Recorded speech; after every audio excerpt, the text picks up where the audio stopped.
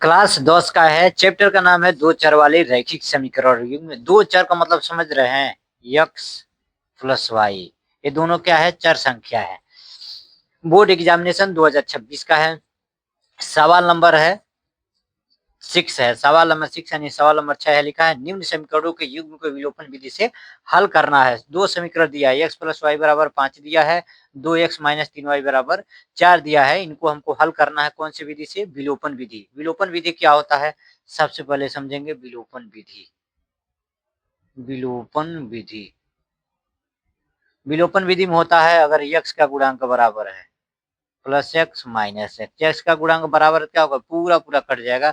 उसी तरह अगर y का गुणांक बराबर तो y पूरा पूरा कट जाएगा, पूरा पूरा कट जाएगा। तो हम ध्यान देंगे, सवाल को लेकर चलेंगे, दोनों समीकरण को लेकर चलेंगे। लिखेंगे सॉल्व, यस वो एल भी सॉल्व। सबसे पहले लिखेंगे दिया है,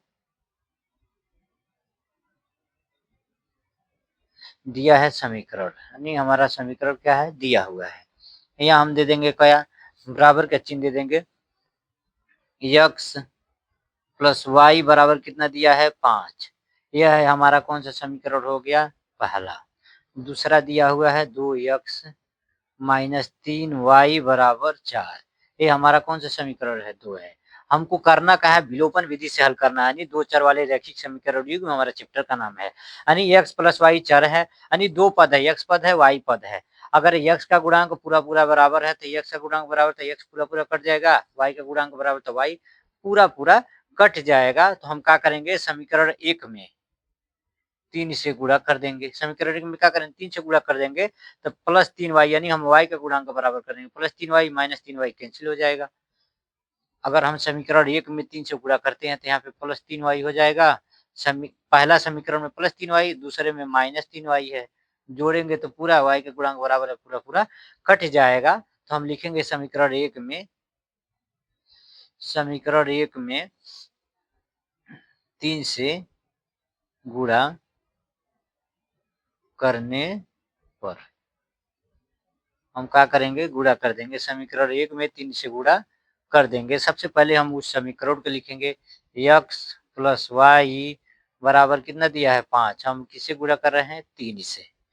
किससे गुणा करेंगे, 3 से। अब ये 3 से x प्लस वाई में गुणा हो जाएगा, 5 3 15 हो जाएगा, गुणा होगा तो 3x प्लस 3y बराबर 3 5 15।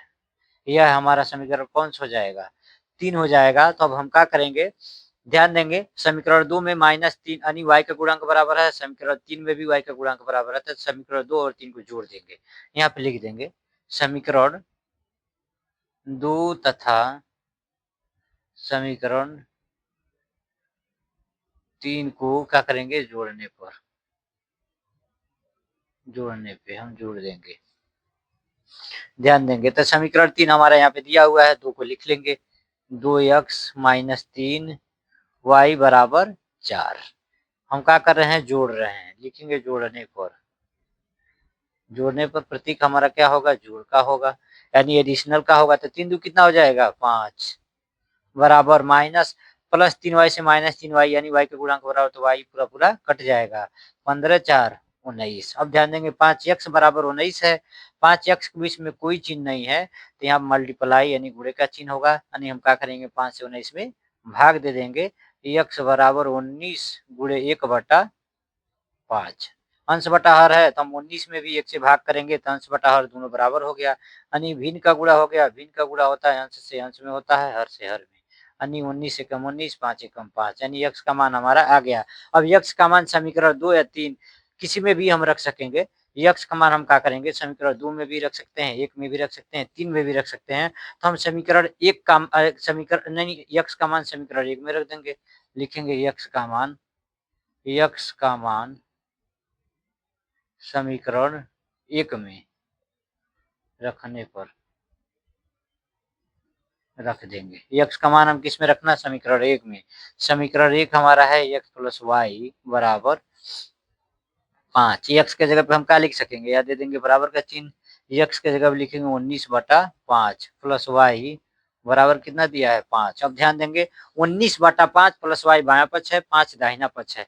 अगर सपोर्ट यहाँ पे ध्यान दीजिए, चूंकि प्लस 19/5 किधर है, बाएं में है, दाहिने की तरफ जाएगा तो हो जाएगा -19/5। पक्षांतर करेंगे तो यहाँ बचेगा कितना, y बराबर 5 प्लस आएगा तो हो जाएगा -19/5। अंश बटा हर है तो अंश बटा हर करेंगे। सबसे पहले क्या होता है, जो नीचे की संख्या हर है, इसमें अगर हर बराबर होता है तो अगर जोड़ है तो जोड़ लेते हैं, घटाना है तो घटा देते हैं। लेकिन जब हर बराबर नहीं होता है तो हम क्या करेंगे, एलसीएम लेते हैं, यानी लघुत्तम समापवर्त लेते हैं। यानी y बराबर हम लिख सकेंगे 5 एकम 5 ही हो जाएगा।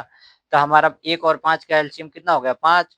5 एक 5 5 5 पहाड़ा अंतरीय गुणा हो जाएगा, 5 से 5 में 119 में 5 पचा 25, 19 से कम 19।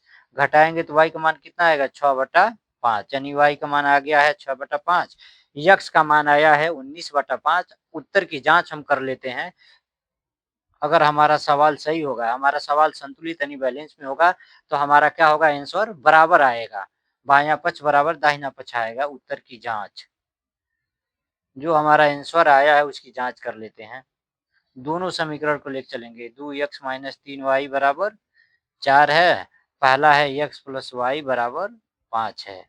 x का मान है 19/5, y का मान है 6/5। जैसा कि आप लोग जानते हैं, हर बराबर है तो हर लिख लेते हैं, यानी एक ही मर्तबा में ऊपर की संख्या जोड़ देंगे। 19 प्लस 6 बराबर 5, 1925/5 बराबर 5। 5 एकम 5, 5 पची 25, बचेगा कितना, 5 बचा, बराबर का चिन्ह दे देंगे हम, यहाँ भी बराबर का चिन्ह देंगे।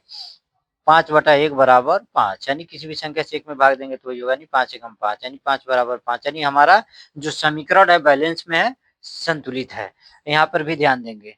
2 गुणे यक्स का मान कितना है, 19/5, अंश बटा हर है, अंश बटा हर कर देंगे।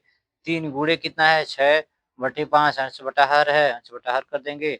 अब भिन्न का गुणा हो गया, 19 दूनी 19 दूना 38, 5 एकम 5, 6 त्रिक 18, 5 एकम 5। अब ध्यान देंगे, हर बराबर है तो ऊपर की संख्या हम क्या करेंगे, जोड़ घटा लेंगे। घटाना तो घटाएंगे, 38 में से 18 जाएगा, कितना बच जाएगा, बराबर में कितना है, 4, बराबर में कितना है, 4। यानी हमको बायां पक्ष लेके चलना, 4 ही सिद्ध करना है। प्लस 38 में से 18 जाएगा तो बचेगा 20/5, कट जाएगा 4 एकम 5 एकम 5, 5 चौको 20, यानी बराबर 4 है। 4/1 भाग देंगे तो 4 एकम 4 बराबर 4, यानी हमारा समीकरण क्या है, संतुलित है, बराबर है। यह सवाल आप लोगों को अच्छा लगा है तो लाइक, शेयर और बेल आइकन को दबाना ना भूलें, फॉलो करना ना भूलें। धन्यवाद दोस्तों।